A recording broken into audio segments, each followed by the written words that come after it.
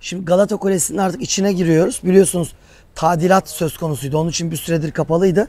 Benden uzun zamandır Galata Kulesi'nin ikinci videosunu bekliyordunuz. Elimde daha evvel çekilmiş yukarıdan Galata Kulesi videoları var. Ama dedim ki yeni haliyle gelin şu kuleyi bir kez daha görelim ve beraber bir kez daha gezelim. Hadi giriyoruz içeri.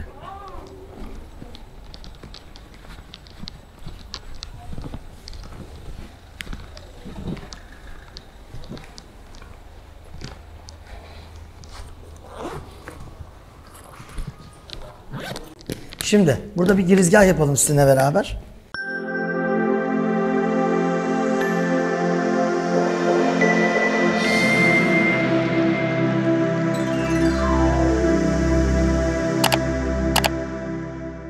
Bakın burası İstanbul'un Suriçi bölgesi. Yani İstanbul dediğimiz zaman aklımıza bizim tabii yani tarih İstanbul deyince Suriçi İstanbul geliyor aklımıza.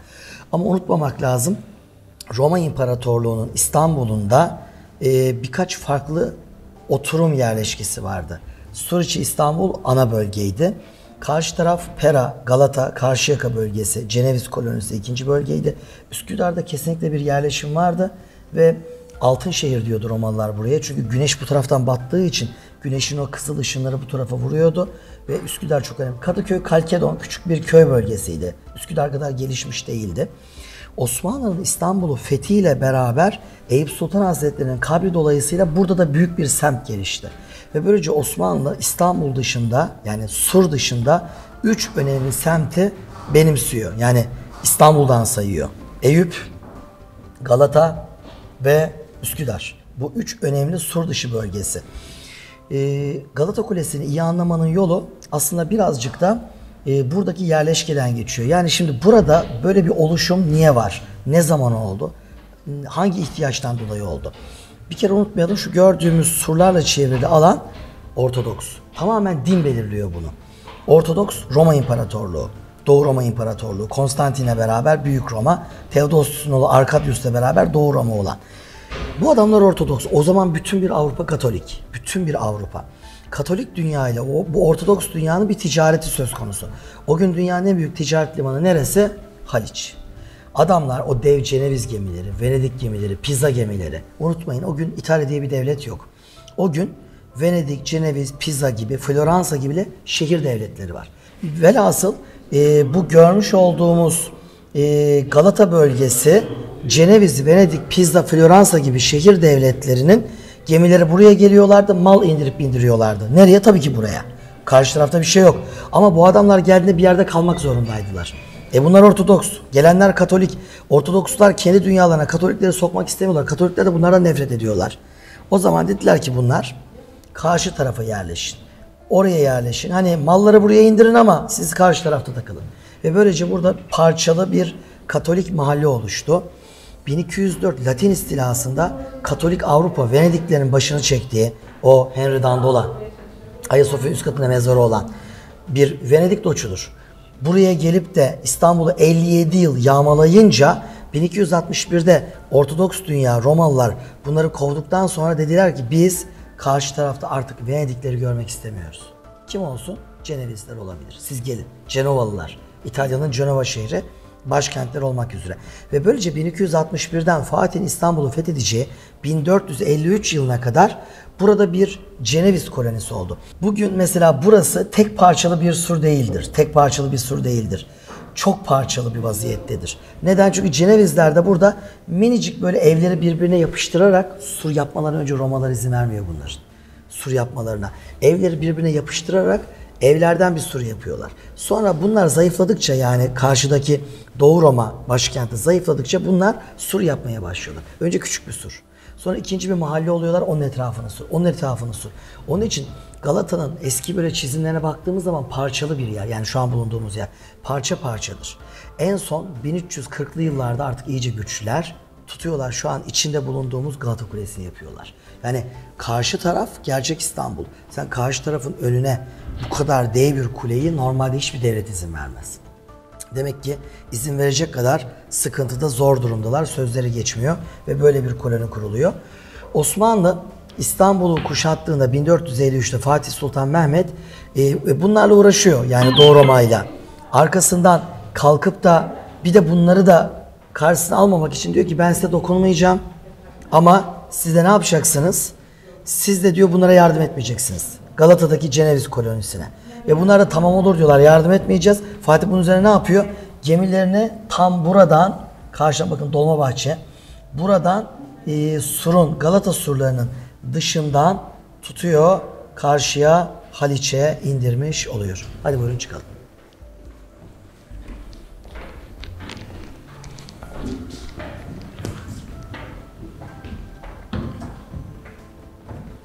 Yeni düzenleme ile beraber böyle bir 3 boyutlu bir İstanbul yapmışlar. Çok modern bir şehir. O modern şehrin içinde görmemizi istedikleri tarihi yapılar 3 boyutlu havaya kaldırılmış. Mesela biz burada ne görüyoruz? Çırağan Sarayı'nı görüyoruz. Dolmabahçe Sarayı'nı görüyoruz. Arada Beşiktaş Deniz Müzesi ve Beşiktaş İskelesi'ni görüyoruz. Sinan Paşa Camii'ni görüyoruz. İşte Galata bölgesi. Şu an bizim bulunduğumuz yer tam orası. Mesela İstiklal Caddesi'nin tam ortasındaki Saint Antoine Kilisesi'ni görüyoruz. Şu kahverengi. Bugün gireceğiz bu binanın içerisine. Saint Antoine. İstanbul'un en büyük kilise binasıdır bugün. İstanbul'un. Ama yapılış tarihi 1913. Çok yeni. Çok yenidir.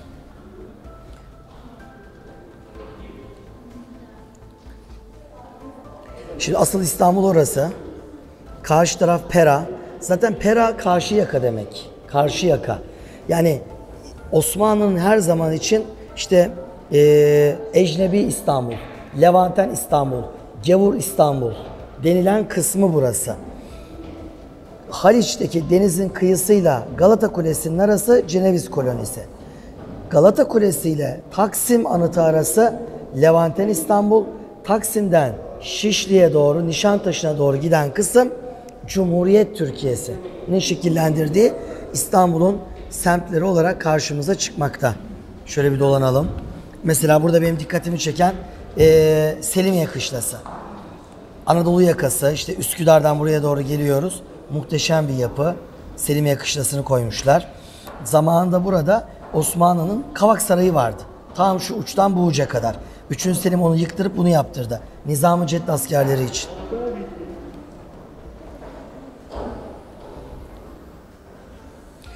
Burası Sarayburnu. Topkapı Sarayı'nı görüyoruz. Işıklandırılmış. İşte Ayasofya Camimiz, Sultanahmet Camisi. İstanbul'un 7 tepesi ve 7 tepenin üzerindeki camiler burada çok güzel verilmiş. 1. tepe Ayasofya ve Sultanahmet Camisi. 2. tepe Nur Osmaniye Camisi. Hatta aradan Hipodrom Meydanı, Sultanahmet Meydanı'nı da çıkarmışlar. Dikili taşlar gözüküyor. 3. tepe Bayezid Camisi. 4. tepe Süleymaniye Camisi. 5. tepe Fatih Camisi. 6. tepe Yavuz Selim Camisi. Şurada. 7. tepe şu gördüğümüz Edirne Kapı Mihrimah Sultan Camisi. İstanbul'un tam 7 tepesi. Evet, bu Süleymaniye ve tabi bu makette çok detaylı ve güzel verilmiş. Üzerindeki etrafını çeviren bütün detaylarını görebiliyoruz. Sayabilecek misiniz geçenki turdan sonra? Hangileri nedir? Bildiğiniz kadar bir sayın. Ortadaki cami, onu biliyorsunuz kesin. Sonra türbesi. Harika. O küçük olan şey kubbe ne? En öndeki. O bir padişah eseri değil. O iki türbenin yanındaki o küçük kubbeli. Evet. Hatırlıyor musunuz? Hürrem Sultan yattığı yerden Kur'an sesi dinlesin diye en yakın. Darül Kurra. Darül Kurra. İşte bunlar. Şunlar etrafını çevirenler. Evvel medresesi. Sani medresesi. Karşıda Salis Rabi. Şu gördüğümüz tıp medresesiydi. Şu bakın L şeklinde olan doğumhane. Yemek şu. İmaret. Taphane. Taphane. Ondan sonra şu uzun bina Darül Hadis. Kıble tarafındaki. Evet. Minik ana dershanesi vardı. Burada bir tek eksik var. Hamamı yapmamışlar. Hamam yok burada. Makette hamam yok. Makette hamam eksik. O yapılmamış. Evet. Yani burada betonlaşan İstanbul içinde maketlerle tarihi yapıları görüyoruz. Kilise, camiler de burada güzel verilmiş. Mesela şu gördüğümüz Gül Camii, Aya Teodosya. Tam Balat'taki. Balat'taki mesela o çok güzel verilmiş. Bu Bulgar Kilisesi, Demir Kilise. Ondan sonra baktığımız zaman Tekfur Sarayı, şu Kariye, şu hangisi biliyor musunuz? Ayvansaray'da Atik Mustafa Paşa Camisi vardır. O da kilise camidir. Atik Mustafa Paşa Kilise Cami. Bu Tekfur Sarayı. İşte bu caminin mesela Roma'daki kilise dönemindeki adı bilinmiyor. Yani hep tartışma konusu. Semavi Cemile bu konuda yazmış çizmiş. Ondan dolayı şu işte Kariye baktığımız zaman. Evet. Ayvansaray surlarını burada büyük bir şekilde koymuşlar. O surların yanındaki minik camiyi biliyor musunuz? Bu çok önemli. Gittik, kapalı olan cami değil mi? Gittik Kastamonular Derneği'nin üstü. Evet. Mimar Sinan'ın en son eseri. Tebrik ediyorum. Mimar Sinan'ın en son eseri. İvaz Efendi Camisi. Ve Eyüp Sultan Camii. Eyüp Sultan Hazretleri'nin türbesi. O şekilde ortaya konmuş. Evet, güzel olmuş. Hangisi? Modern binaları ben çok bilmem ama. Şu değil mi? Şu bina diyorsunuz. Bir dakika söyleyeyim mi onun ne olduğunu? Okçular Tekkesi orası. Orası Okçular Tekkesi. Yenilediler evet. Evet. Ok atım sahası falan da bakın orada. Orası Okçular Tekkesi, o da yapılmış. Konmuş oraya.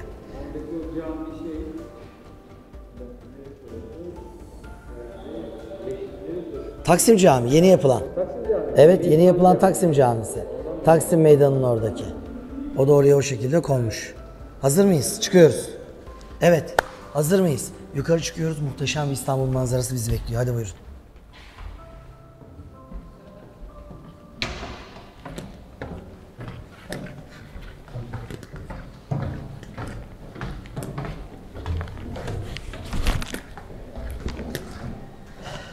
Ses var değil mi Ebrar?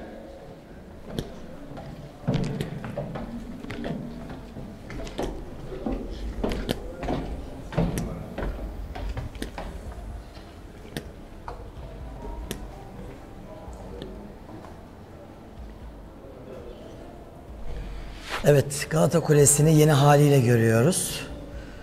Bu restorasyon sonrasında ben de ilk kez giriyorum buraya. Restoran kısmı şu an hayata geçirilmiş değil.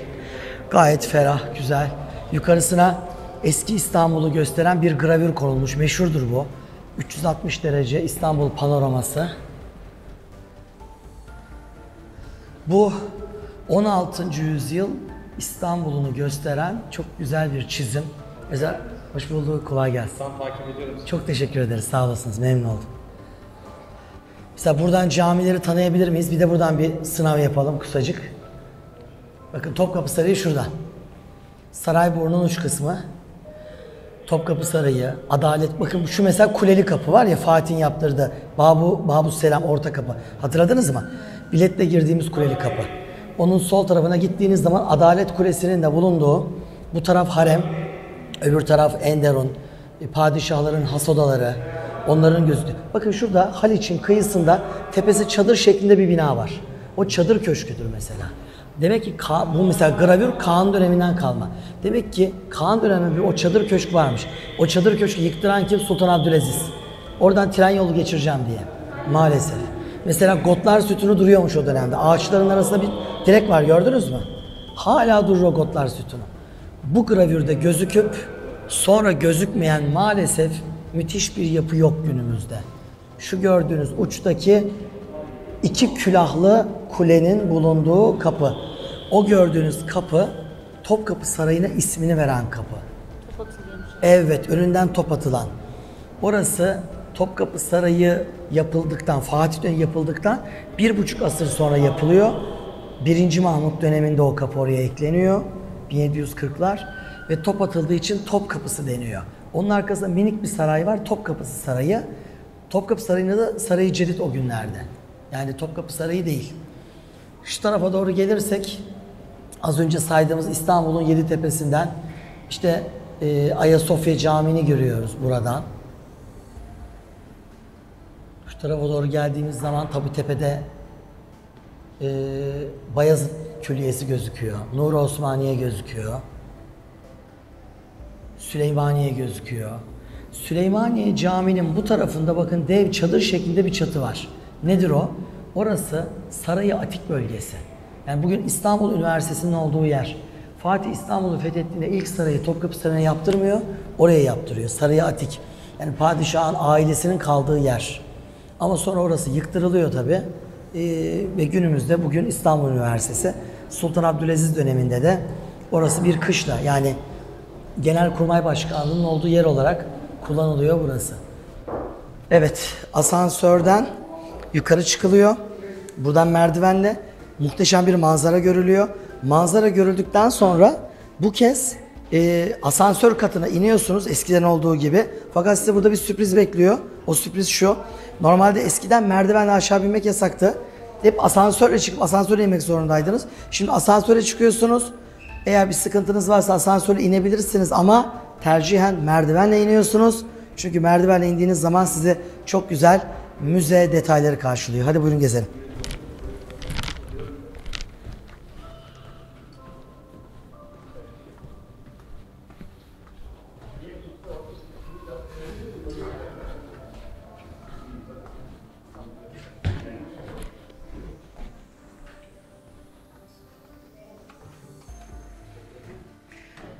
Biliyorsunuz bir süredir kazılar yapılıyor. Haliç kazıları yapılıyor. Ve Haliç kazıları bir de Marmara Denizi tarafındaki Roma liman kazılarından çıkmış olan gemi kalıntıları, kapkaçak kalıntıları birçok detay var. O detayların çoğunu bu gördüğünüz yerlerde görmeniz mümkün. Bakın Roma dönemine tarihlenen kandiller, pişmiş kaplar, heykeller, bir takım kapkaçaklar, parfüm şişeleri, rozetler, koku şişeleri hep burada bizim karşımıza çıkıyor.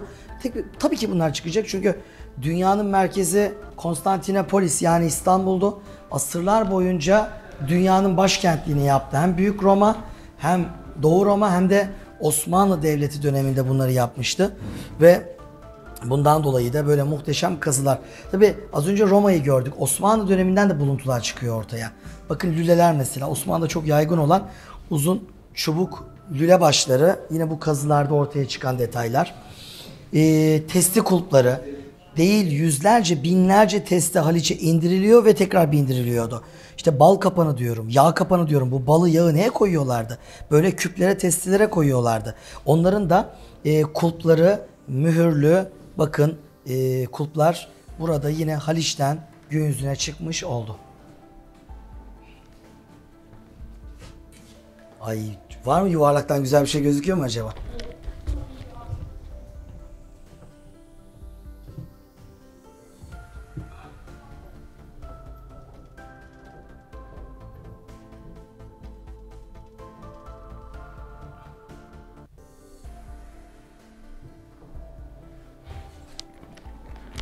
Neyse birazdan kantin günü programımız camiyle bitireceğiz.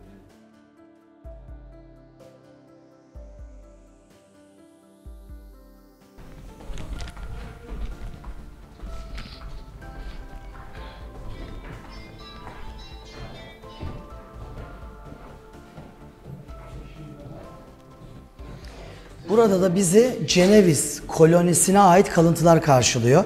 Şimdi daha evvel konuşmuştuk ya, burası bir Ceneviz kolonisi demiştik. Daha evvel Venedik ve Cenevizlerin yani Katolik Avrupa'nın liman ağzı bölgesiydi. Daha sonra Venedikler Latin istilası diskalifiye edildi. Sadece Cenevizler kaldı ve onlara ait normalde bu Yanıkapı dahil Galata bölgesinin surları üzerinde Latin yani Katolik Hristiyan dünyasının armaları vardı. O gördüğünüz armaların maalesef bir kısmı kırıldı, çalındı. Ama elimizde muhafaza edebildiğimiz bu armalar bugün gayet güzel bir şekilde, bilinçli bir şekilde getirildi. Bugün Galata Kulesi içerisinde sergilenmekte. Baktığınız zaman bunların tamamı az önce bahsetmiş olduğum Latin dünyasına ait krallıkların, hanedan ailelerin armaları bunlar. Bakın kartallar, ortalarında dinlerine ait haçlar, semboller burada bizi karşılamakta. Bunlardan bugün sadece bir tanesi Yanıkkapı üzerinde koruma altında. Bir kısmı kayıp. Elimizde bulunanlar da burada sergileniyor. Evet, burada bizi müthiş bir detay karşılıyor. Bu gördüğünüz o meşhur, evet o meşhur Haliç'in Romalılar tarafından ağzına girilen zincirin bir parçası. Bakın bu zincirden toplamda 3 parça var elimizde. Bir parçası Arkeoloji Müzesi'nde sergileniyor. Bir parçası Harbiye Askeri Müze'de sergileniyor. Bir parçası da Beşiktaş Deniz Müzesi'nde sergileniyor idi. Ama bu son restorasyon döneminde bu 3 parçadan bir bölümü buraya getirildi, buraya kondu.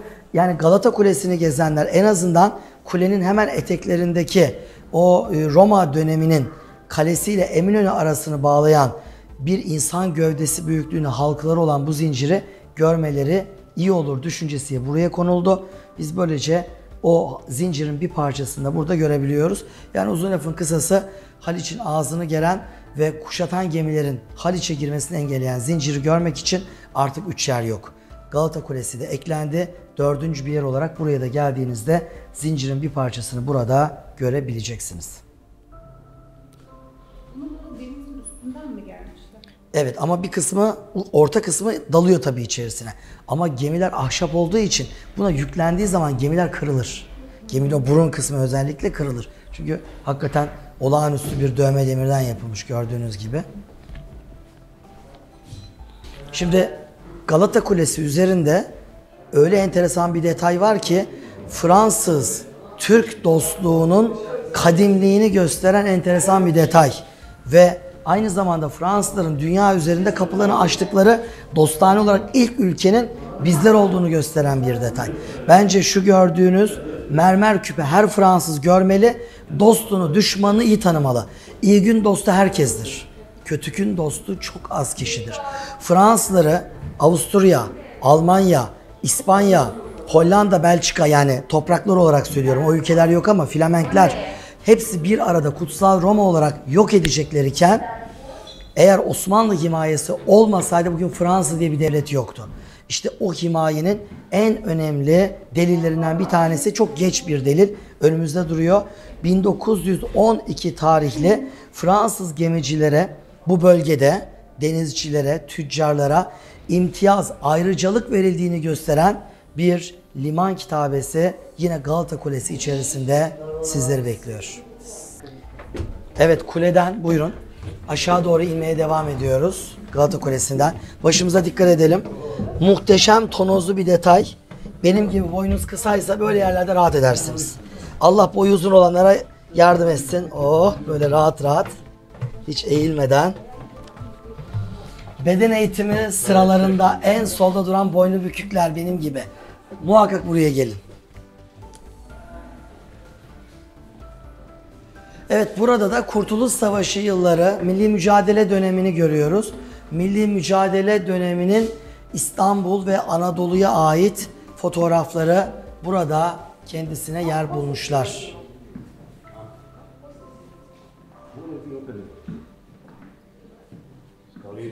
Bunun yalnız Galata Kulesi bir alakasını anlamadım. Bu galiba sadece bir resim sergisi.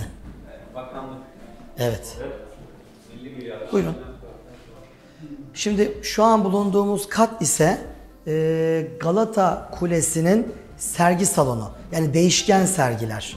Diğerleri kuledeki daimi sergi bölümüydü. Burası değişen. Mesela şu an az bilinen milli mücadele fotoğrafları üzerine geçici bir sergi açılmış burada. Yani şu dönemde Galata Kulesi'ni ziyarete gelirseniz sizi bu muhteşem, çok bilmediğiniz, kitaplarda ya da herhangi bir yerde çok görmediğiniz Kurtuluş Savaşı'mıza ait birbirinden kıymetli, birbirinden özel, bir kısmını çok iyi tanıyacağınız, bir kısmını belki hiç tanımadığınız, bilmediğiniz kişilere ait kareler karşınıza çıkacak. Bakın görüyorsunuz Atatürk'ün kalpaklı fotoğrafları da var burada. Ankara'da meclis binası önünde ateşli konuşma yapanlar da var burada. O meşhur milli mücadele kahramanımız Kara Fatma'nın da nadir fotoğraflarından bir tanesi burada yerini almış bulunmakta.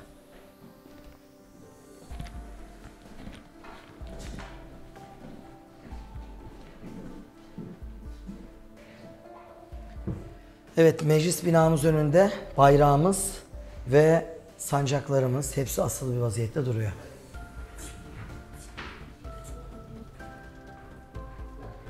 Şimdi Galata Kulesi mesela ne kadar geniş, dev gözüküyor değil mi? Ama aşağı inerken daracık tonozlu merdivenlerden iniyoruz aşağı. Bakın yine onlardan bir tanesi.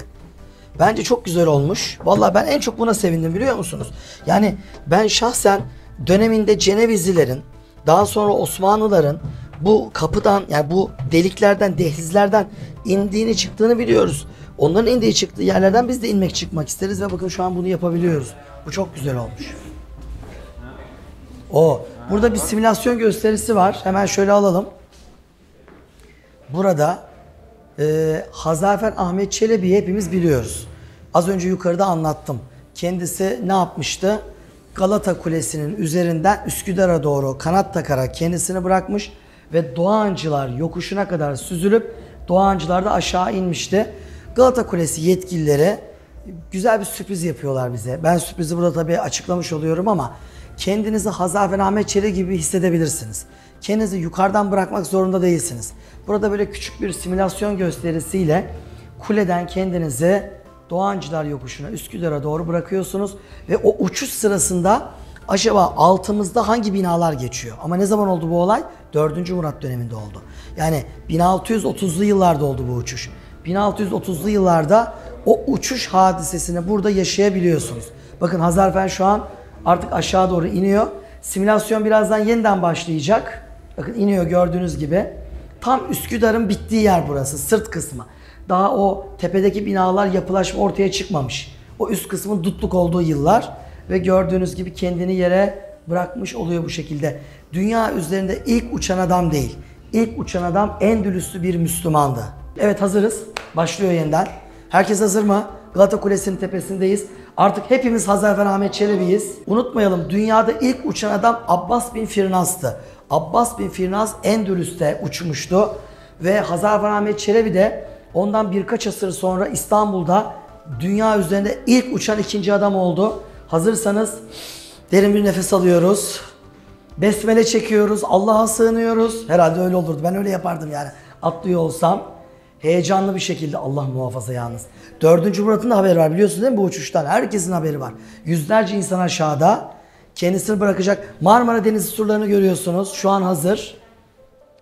Kollarını bağladı, bir düşünüyor. Konsantre oluyor. Artık hazır. Etrafa bakıyor. Bunların hepsi yaşandı. Karşıya bakıyor.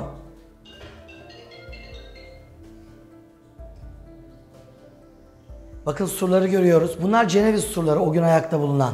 Çünkü surların arkasından Taksim'e kadar bomboş. Çok bir yapılaşma yok. Sadece tek tük binalar var. Bakın her yer yemyeşil. Evet, kollarımızı açıyoruz buraya geldiğimiz zaman. Evet, kollarımızı açtık. Hazır mıyız? Uçmaya. Bismillahirrahmanirrahim.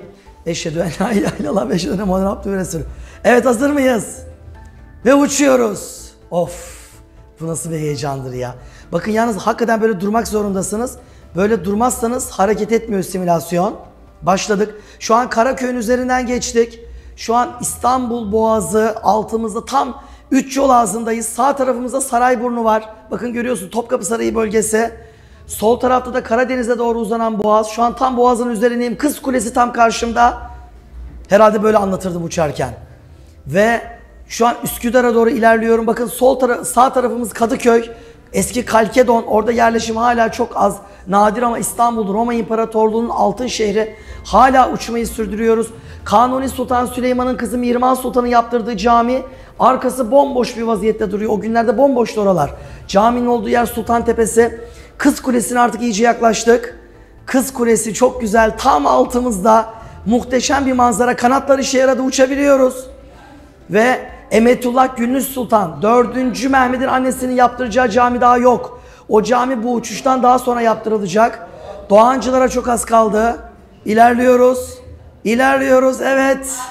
Oh şükür, karaya geldik. Bundan sonra düşsek de bir şey olmaz demiyoruz. Daha tehlikeli tabii. Ve Doğancılar Yokuşu, Aziz Mahmut Hüdayi Hazretleri'nin tekkesinin yanından geçiyoruz. Tekke Hazarfen uçtuğu zaman buradaydı. Onun altından, onun üstünden geçti Hazarfen Ahmet Çelebi.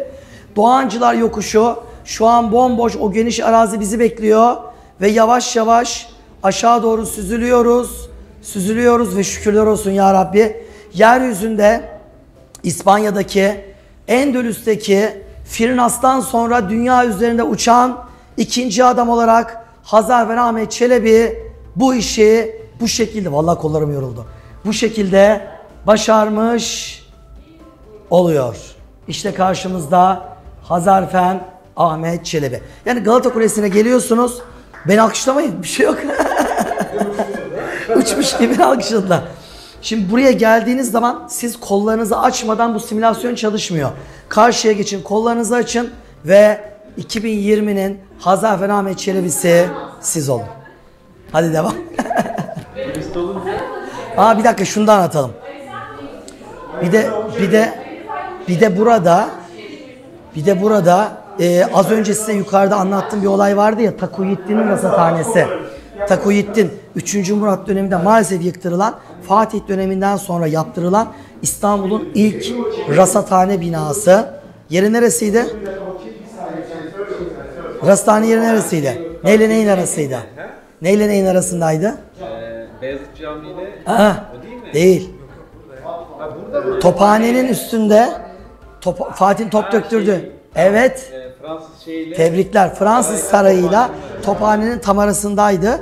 Orada bulunuyordu. Bakın bu gördüğünüz orası ilk. İstanbul'un Osmanlı dönemi ilk rastathanesi. Şu var. Ali Kuşçu döneminde Ayasofya Camii ve yanındaki Fatih Medresesi Gökbilimleri Üniversitesi olarak kullanılmış. Ama rasathane gözlem yeri burası. Yok, orada rasathane yok. Bu arada Takuyittin bakın 2. Selim döneminde 2. Selim'in verdiği izinle beraber az önce anlattığımız yerde rasathane kuruluyor. Ya rasathanenin yıktırılmasında sıkıntısı şu, yani sebebi şu. Takuyittin ölüyor. Arkasından gelen adamlar ehil değiller. Onun alet ve edevatlarını düzgün kullanamıyorlar. Masraf çok, yapılan ortada hiçbir şey yok. Bir de tabii bağnaz yobaz insanların da anti propagandaları neticesinde rasathane maalesef yıkılıyor, yıktırılıyor. Keşke olmasaydı. Takuyittin döneminde dünyada 70 yılda bir miydi? Kuyruklu yıldız geçiyor ya dünyanın yakından. Çocukluğumuzda Halley kuyruklu yıldızı geçmişti. O yıldız geçiyor ve o yıldız geçerken bunun minyatürü çiziliyor bakın. O gördüğünüz ta o dönemden kalma minyatür. Altında da Sultan II. Bayezid'in camisini görüyoruz. Bu şekilde Osmanlı döneminde bakın görüyorsunuz usturlaplar. Tabi bunlar imitasyon, kopya. Bunların orijinalleri ya da orijinallerinden bir kopyalarını Gülhane'deki Fuat Sezgin Hoca'nın müzesinde çok daha teferruatıyla görmemiz mümkün. Bu öyle bir enteresan şeydir ki bunu elinize alıyorsunuz. Bunu elinize aldığınızda, yani bu zaten elimize alalım diye konmuş. Görüyorsunuz. Bu o günün cep telefonuydu. Akıllı telefonu. Bununla vakit, mesafe ölçümleri yapılıyordu. Bunu böyle gözlerine yaslayarak dünya ile güneş arasındaki mesafeyi ölçebiliyorlardı. Bunun içinde belki 40-50 tane iç içe geçmiş çark var. Milimetrik hesaplanmış çarklar var.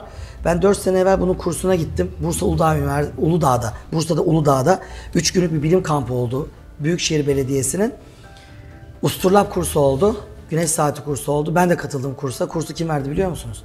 Hollanda Den Haag Üniversitesi'nin profesörleri. Maalesef. Bizim icat ettiğiniz bir şeyin kursunu bize bugün Hollandalılar veriyor. Ne kadar utansak azdır. Evet. Hadi devam. Yine devam ediyoruz. Aşağı doğru inmeye devam.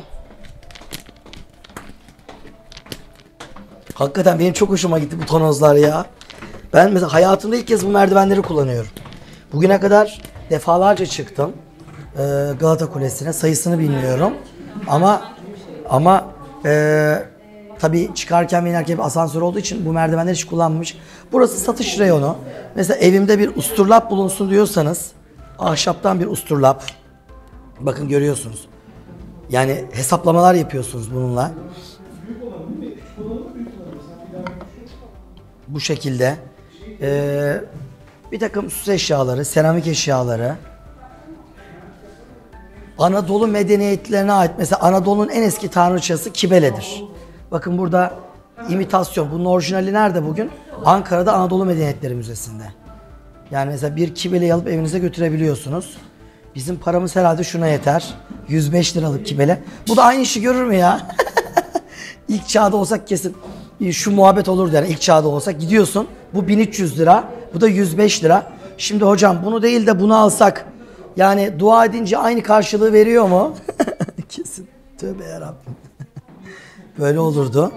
Bir de orta boy var. Orta gelirler için 350 liralık olan var. Bunu da düşünebilirsiniz. Bunlar Eros. Biliyorsun her evde bir Eros olması lazım. Aşk tanrısı. Bu bereket. Bereket çok önemli. Özellikle bu pandemi döneminde evin bereketi için Romalıların en çok taptıkları bereket tanrıçası Artemis. Büyük İskender'i Alexander koymuşlar. Göbekli Tepe'ye ait bir takım böyle tasarımlar yapılmış. Güzel, değişik. Of, bunlar ne biliyor musunuz? Ben bir dakika bir tanesini şöyle bir tutayım. Bu ne biliyor musunuz? Bu kandil. Da bunun kandil olduğunu çoğu insan bilmez. Bunu çiçek vazosu sanır insanlar. Bu kandil, bakın şu kenarlarında yerleri var. Bunu böyle zincirle asıyorsunuz. İçinde ateş yanıyor. Altında yağı var, küçük fitili var. Bu şekilde evlerde ısıtma sağlıyor. Bu Selçuklu usulü bir kandil. Memlüklü, Selçuklu da bunlar çok yaygındı. Çok güzelmiş. Fiyat biraz tabii tuzlu. İnşallah daha ucuzları da yapılır. İznikli Çin ustaları ucuzlarını yapın, alalım geldiğimiz zaman.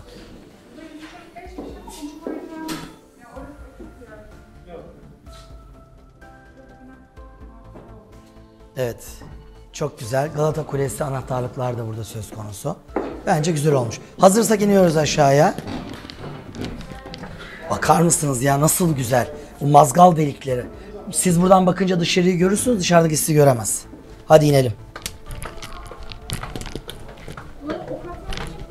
Evet, ok atmak için ve dışarıdakileri gözlemek için. Bu kısım öyle dar, ben bile hafif eğilmek durumunda kaldım. Burası da artık giriş katına geldik. Girdiğimiz zaman kısacık görmüştük, yine görüyoruz. Çok güzel, 3 boyutlu, yani o günlerin İstanbul'unu bize anlatan böyle bir film çekilmiş. Yani daha doğrusu tasarlanmış, çizilmiş 3 boyutlu bir animasyon film. Yani Hazarfen Ahmet Çelebi'nin uçtuğu yıllar. O 1600'lü yıllar, Osmanlı'nın, of yalılara bakın ya. Denize sıfır, hepsi lebider ya, cumbalı. Bir tanesinin balkonu yok bakın. Ne kadar güzel. Yani 4. Murat döneminde İstanbul'da olsaydık nasıl bir İstanbul, nasıl bir Galata Kulesi görecektik? Nasıl Ceneviz surları arasında bir coğrafya, bak artık Müslümanlaşmış bir Ceneviz bölgesi görüyoruz. Arap Camii'nin güzelliğine bakın. Bugün Arap Camii gözükmüyor binalardan. Ne acı bir şey. Ne kadar ayıp yaptığımız. O gün kabak gibi cami ortadaymış. Fatih şu an mezarından kalksa o binaların çoğunu yıktırır. Ya Arap Camii kapatılır mı? Nusretiye kapatılır mı? Ayıp değil mi? Biz nasıl Müslümanız? O günün kalyonlarına bakın, dev kalyonlar. Evler ne kadar tatlı ya. Evet biliyorum. Bereketsade Çeşmesi'ne bakın. Bereketsade Çeşmesi bugün kulenin arkasında. O zaman buradaydı, önde bulunuyordu. Galata'nın ilk Müslüman Türk Voyvodosu Ali Efendi'nin yaptırdı. Yükseliyoruz, yükseliyoruz. Şimdi Galata Kulesi üzerinden Haliç'in karşı yakasına bakıyoruz. Bakın Ayasofya Camii. Topkapı Sarayı'na bakın o yıllarda. 400 sene evvel Topkapı Sarayı, Ayasofya Camii ve Sultanahmet.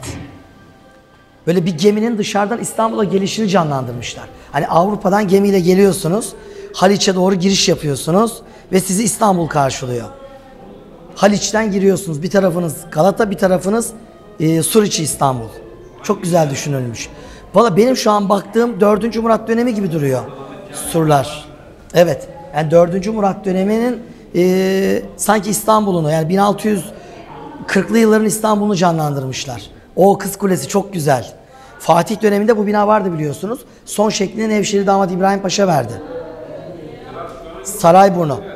Bakın mesela 1. Mahmud'un yaptırdığı kuleli kapı gözükmüyordu. Gözükmüyordu. Hakikaten iyi. Uzun lafın kısası, biz buraya kendimiz geldik. Herhangi bir kurum davet edip de ya buranın reklamını yapın falan demedi.